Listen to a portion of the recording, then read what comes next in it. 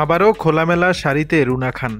জাতীয় চলচ্চিত্র পুরস্কারপ্রাপ্ত অভিনেত্রী রুনা খান সবসময় তিনি নিজেকে ভক্তদের মাঝে ভিন্নভাবে উপস্থাপন করে থাকেন। বিভিন্ন সময় খোলামেলা পোশাকে হাজির হন।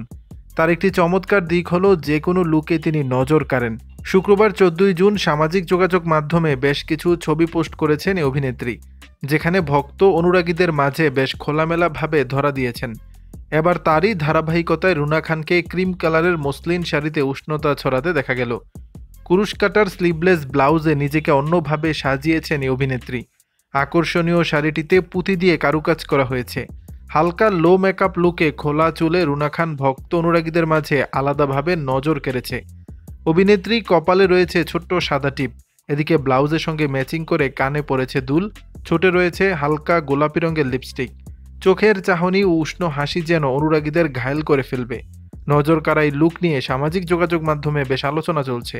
শফিক নামে একজন ছবির পোস্টে লিখেছেন, অন্য একজন লিখেছেন, আমি চাই আপনাকে নিয়ে কেউ ছবি তৈরি করুক, হোক সেটা দেশে বা বিদেশে।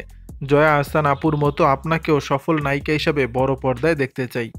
উল্লেখ্য, টেলিভিশন নাটকে অভিনয়ের মধ্য দিয়ে রুনা খানের কর্মজীবন শুরু হয়।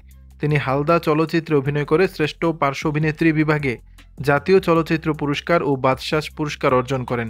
দর্শক, শাড়িতে রুনা খানকে কেমন লাগছে তা জানিয়ে দিবেন নিচের কমেন্ট বক্সে।